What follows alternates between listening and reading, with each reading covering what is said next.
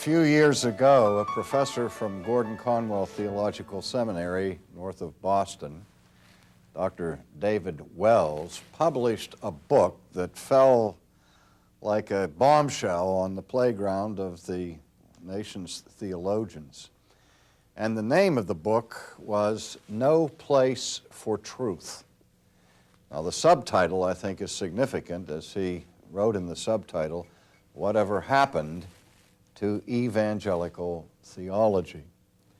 And in this book, that caused quite a stir in the evangelical world, Dr. Wells outlined his concern for the demise of confessional theology in the life of the church today. And I'd like to begin our series by reading a brief comment from that book by Dr. Wells. He makes this statement: "The disappearance of theology from the life of the church and the orchestration of that disappearance by some of its leaders is hard to miss today, but, oddly enough, not easy to prove. It is hard to miss in the evangelical world, in the vacuous worship that is so prevalent, for example, in the shift from God to the self as the central focus of faith, in the psychologized preaching that follows this shift, in the erosion of its conviction, in its strident pragmatism, in its inability to think incisively about the culture, and in its reveling in the irrational."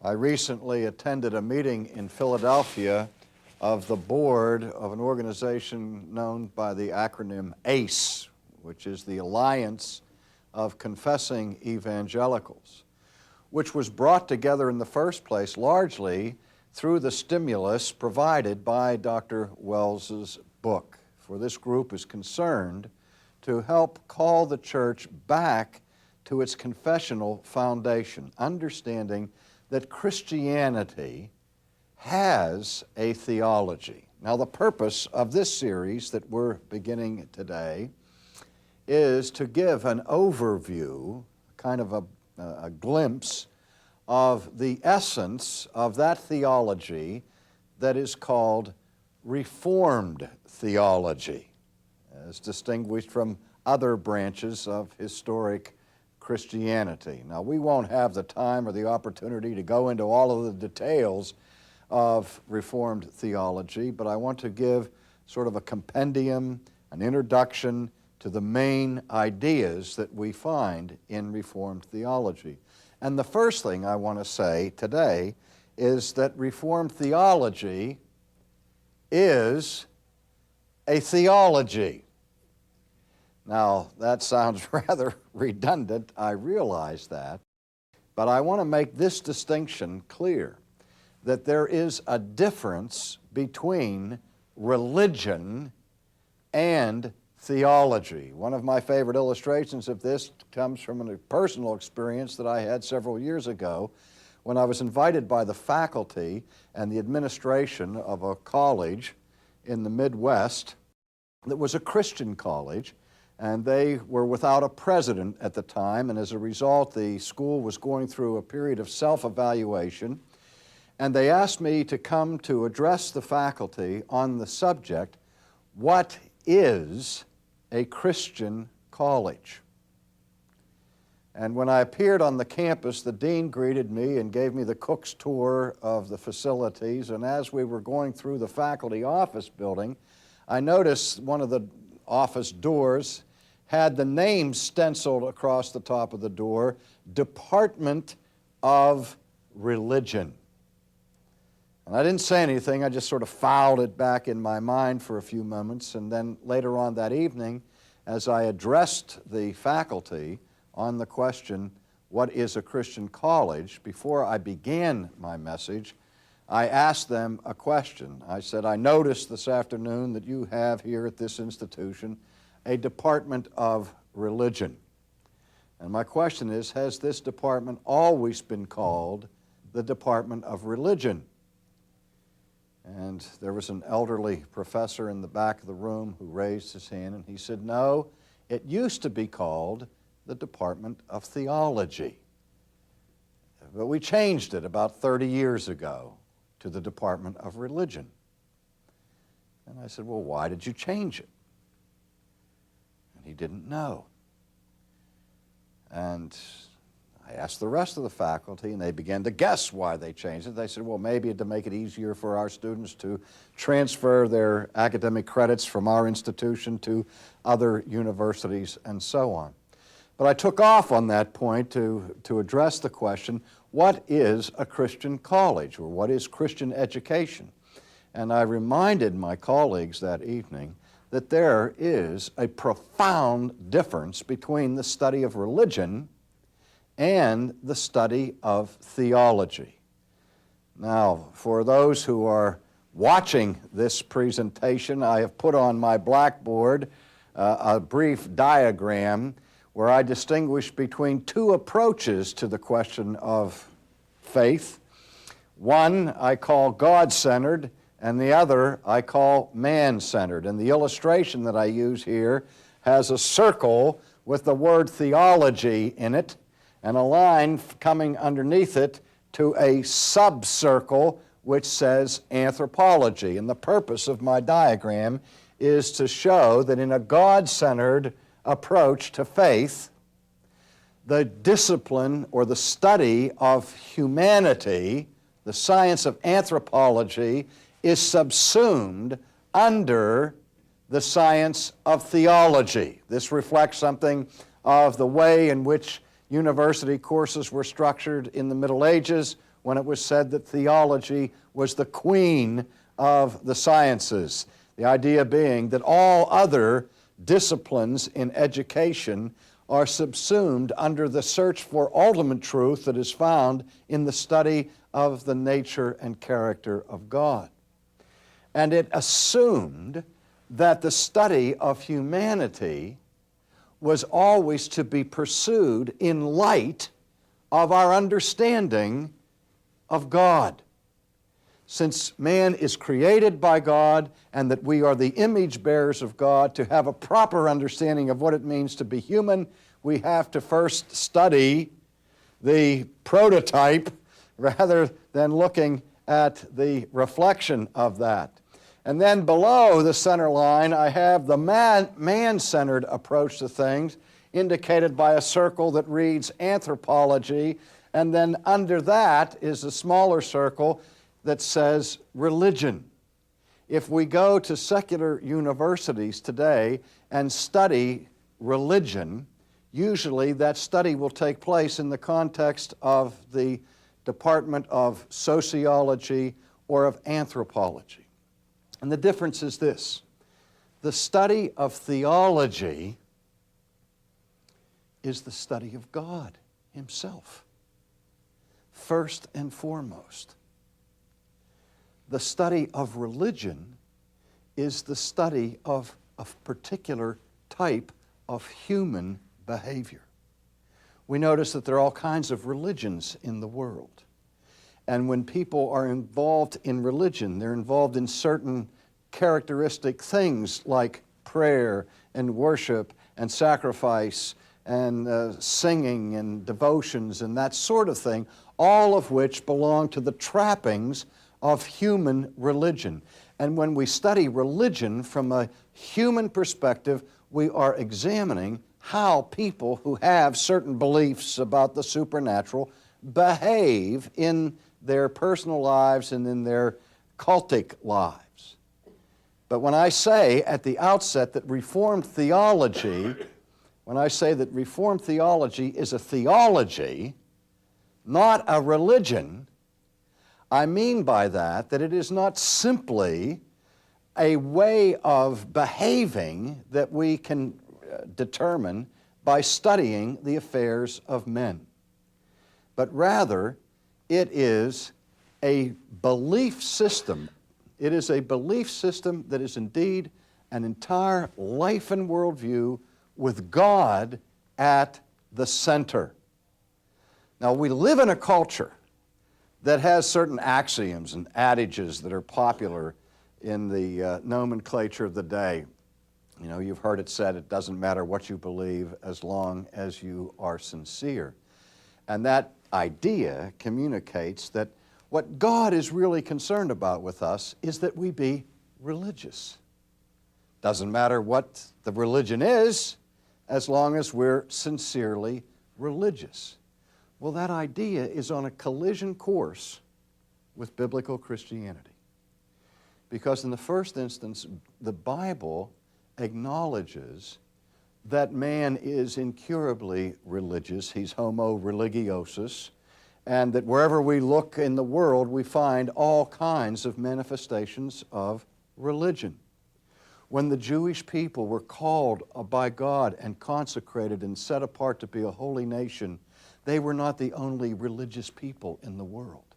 All the nations around them had their peculiar religions. But when God made His covenant with His people and called them to be holy, to be different, at the very beginning of His law, He made certain things absolutely clear. The first being is, thou shalt have no other gods before me. And the second, thou shalt not make unto thyself any graven image.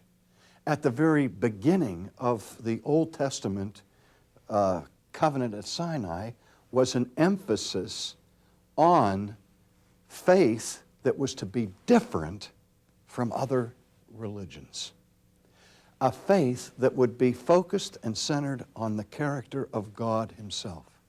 Now we know what happened very early in the history of Israel in the Old Testament. We recently had a conference in Orlando on the essentials of the Christian faith, where I called attention to an incident that is recorded for us in the 32nd chapter of the book of Exodus. And I'll read a part of this episode to you, beginning at verse 17. We read this: Now when Joshua heard the noise of the people as they shouted, he said to Moses, there is a noise of war in the camp. It is not the noise of the shout of victory, nor the noise of the cry of defeat, but the sound of singing that I hear. Now imagine this scenario. Moses is just now returning from Mount Sinai. He has been alone with God, conversing with God, as it were, face to face. And when he comes down from the mountain, he meets Joshua. And Joshua comes to Moses and he says, I hear this loud noise coming from the camp. And Joshua's first instinct was to guess that there was some kind of war going on, because you don't hear this kind of whooping and hollering and shouting from a mass of people except on the field of combat. But as he drew closer, he said, wait a minute, it's not the sound of victory. It's not the sound of defeat. It's the sound of singing that I hear. And he realized that he was approaching the whole assembly of the people of Israel as they were gathered for religious observations, singing lustily in their celebration of their religion. But it was a celebration that centered on a golden calf. A golden calf that the people had imposed and begged the high priest Aaron to make for them, that they could have a God like all of the other nations, a God that was tangible, a God they could see, a God that was contemporary, a God that was relevant, a God they could get excited about. And the first high priest, consecrated by God Himself, acceded to these demands from the people and built them a golden calf. Now, in the meantime, while this was going on, and initially,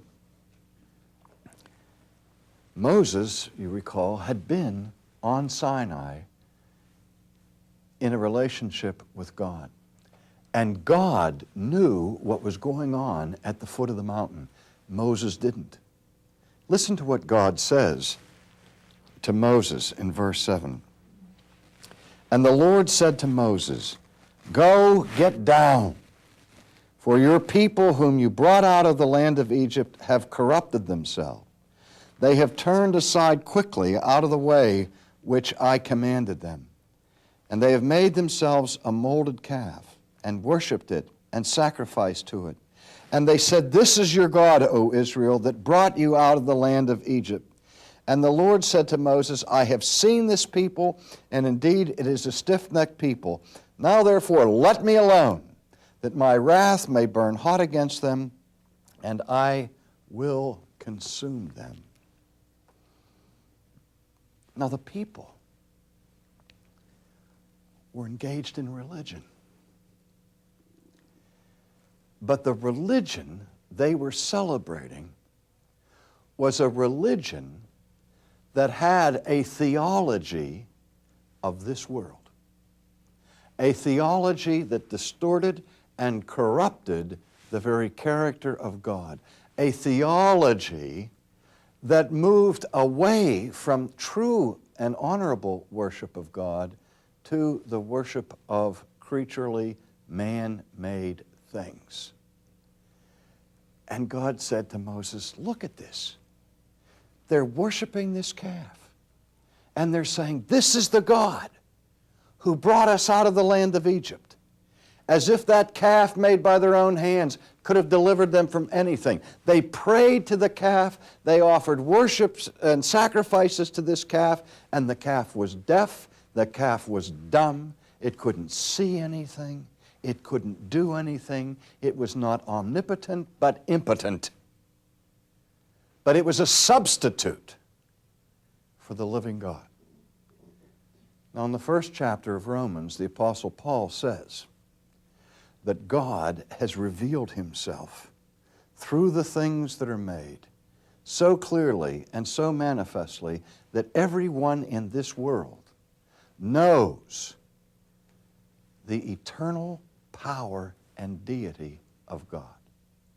And yet the primary sin of the human race is to take that knowledge of God and to push it down, to do what the Apostle says in Romans, to suppress the truth and hold it in unrighteousness, and then exchange that truth for a lie and serve the creature rather than the Creator. The exchange is between the uncorruptible, transcendent, holy God who is for the corruption of creaturely things.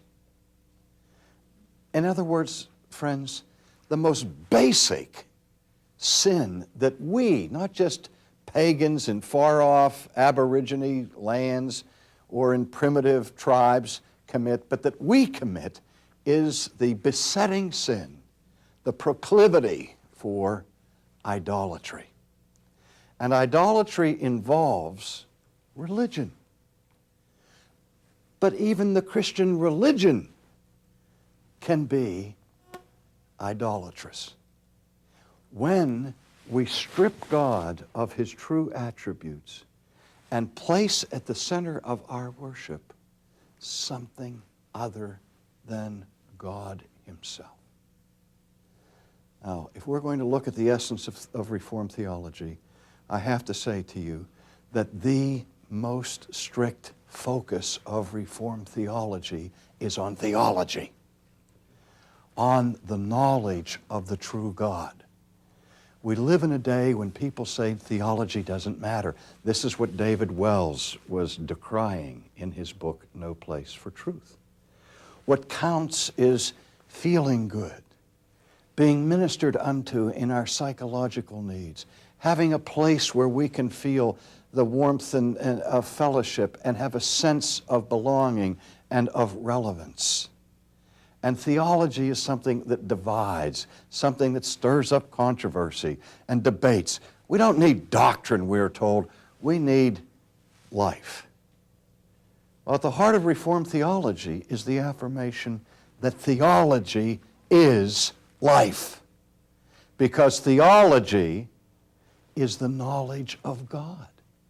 And there's no more important knowledge that exists to inform our lives than the knowledge of God. This is what the Protestant Reformation was all about. There were scandals in the priesthood. There were problems of immorality, both among the Roman Catholic people and among the Protestant people. And Luther at that time said Erasmus attacked the Pope in his belly.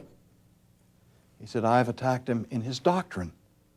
And Luther even admitted, he said, we find scandalous behavior among our own people, but what we're trying to do first is come to a sound understanding of God. Because our lives will never be reformed. Our lives will never be brought into conformity to Christ until we first have a clear understanding of the original form, of the model, of the ideal, of true humanity that is found in Christ. And that's a matter of theology. So we start with the clear acknowledgement that the Reformed faith is a theology that permeates the whole structure.